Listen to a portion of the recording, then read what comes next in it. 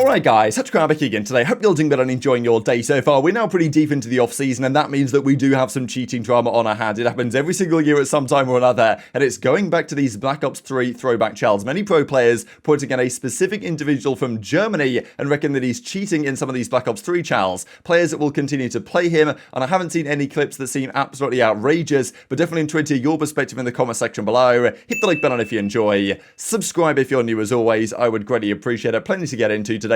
First of all, wanted to mention, because there's some teams that we think we know what they're doing. We've talked about Los Angeles Guerrillas, we've talked about Seattle Surge over the last few days. Vegas, I wonder when they will decide, just because we believe that they were at least speaking to Priestahh about the possibility of him coming back and saying, look, we can only offer you 33% less salary than we offered you the year before. You can do some partnerships if you want to get us, or to get yourself back up to the level of salary that you would like to be at. But they were at least having those conversations with Clay already, rather than saying, look, Clay, we'll talk to you in a few months when we usually decide our team. Vegas will... It's unlikely they're going to sign players before, like, November, because usually they sign their players very late, so they don't have to pay them for the off-season, which is a... You know, I guess it's a viable business strategy. It's maybe not the best thing to do ethically, but whatever. That's what Vegas are going to do. Now, what options do they have on the table? There actually aren't really that many, to be honest. I mean, there's some good players on this list, but considering the players that, you know, they've got left, there's not exactly spectacular options here. So Viper Gaming puts together this list of ARs and SMGs that Vegas could possibly consider, and I'd be interested to hear your thoughts in the comments below, what you would do if you're building a roster here.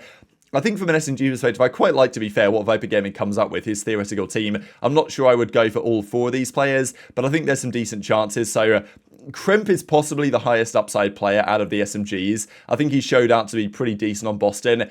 Okay, yes, maybe he played for kills a bit too much, but like the entire team did, so what can you say? Crimp had some decent upside. I would definitely look at him. I know people have looked at Gwyn as well as a viable option, because people don't really know what he's capable of still after they didn't put him in for the Seattle Surge. So those are kind of your SMG options. Of course, Real, and there's plenty of options here, right? But it's difficult to say which two are going to work together the best. And in Vegas's position, they're probably going to pick players, I would say, that have a lot of, you know, high upside. Unless they, you know, maybe they bring back TJ, which I don't think it would be a bad idea at all, because you know you're going to get some search and destroy power there, and he's an absolute veteran, and you might not have that from your AR line, depending who you go with. From an AR perspective, I definitely want to get GodRx back in the league right now, because he's been killing it in challenges the last season, and was a really good player when he was actually in the league in MW19, got forced out because people thought he was playing for kills, and when it went to the pandemic, basically, that Rocket team wasn't as good, so I think that I'd bring GodRx back. You might put him with Brack, who was pretty good this past season, but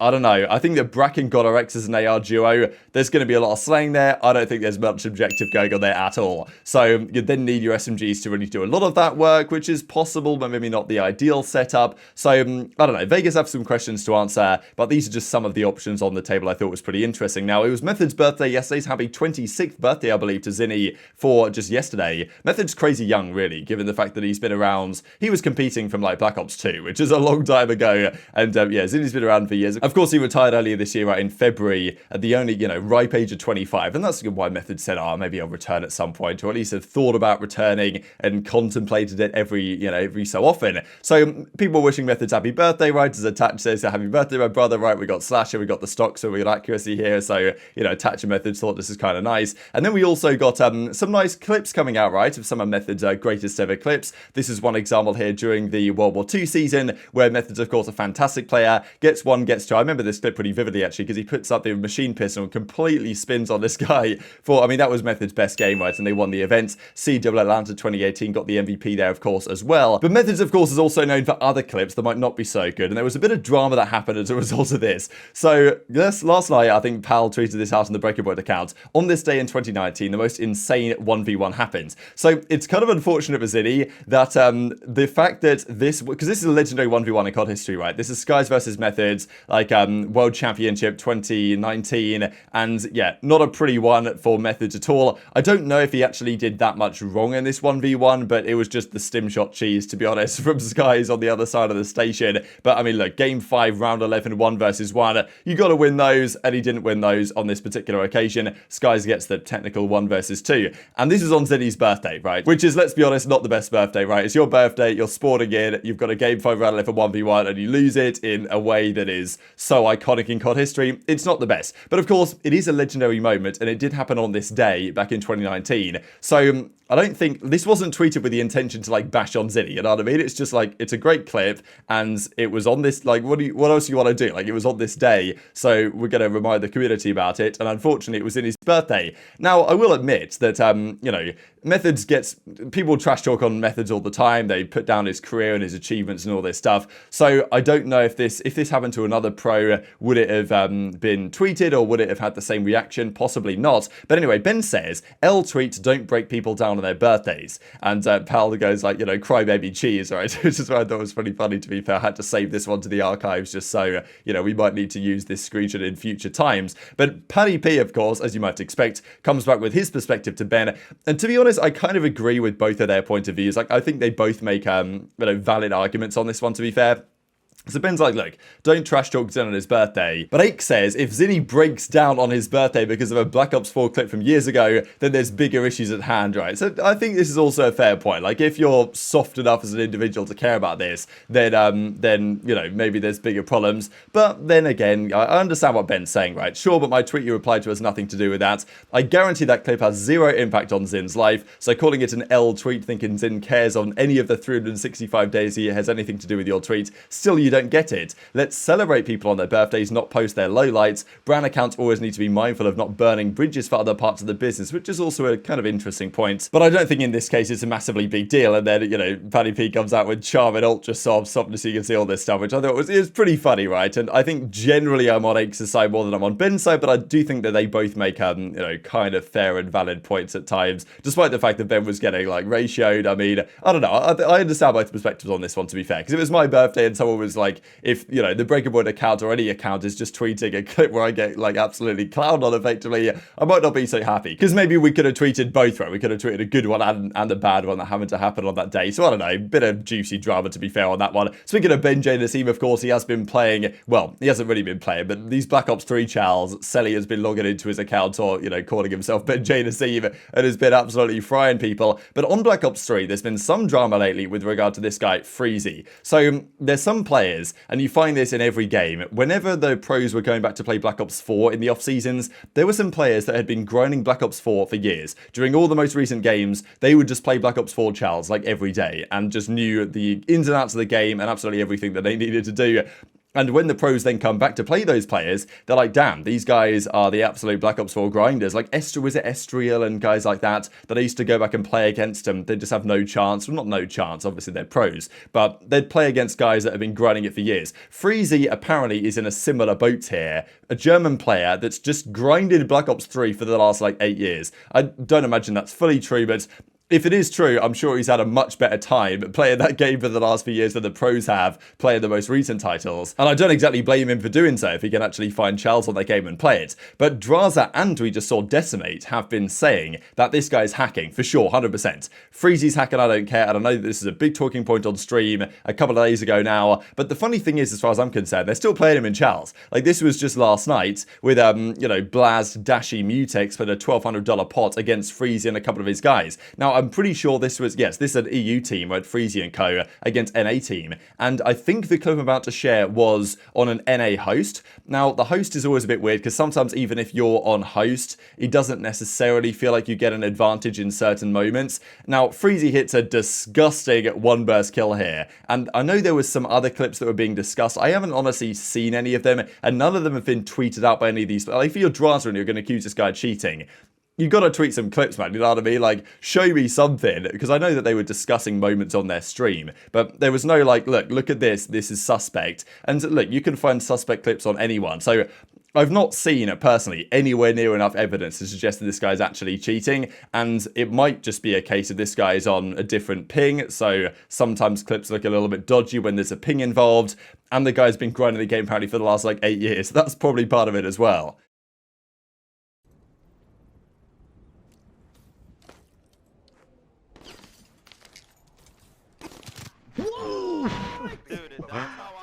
Oh, bro, nah, bro. Nah, we can't play this kid. We can't play this kid. Nah, bro. This kid doesn't install another video game. Like, there's no point. Wow, that looked crazy, bro. I ain't gonna cap. That looked crazy. From So intriguing your perspective on this stuff, because it's not like players wouldn't, you know, people do like to cheat. That's how it goes. I'm not saying this guy is, but, you know, these throwback Challs, lots of money on the line. It's not out of the question. We've got people turning on sound EQ, so why not take it a step further and, I don't know, get some wall hacks for Black Ops 3 or something? I don't really know. Maybe that's what these guys think is going on, or maybe this guy's just pretty good, right? I mean, when you're playing on that host, this guy's been grinding the game for years.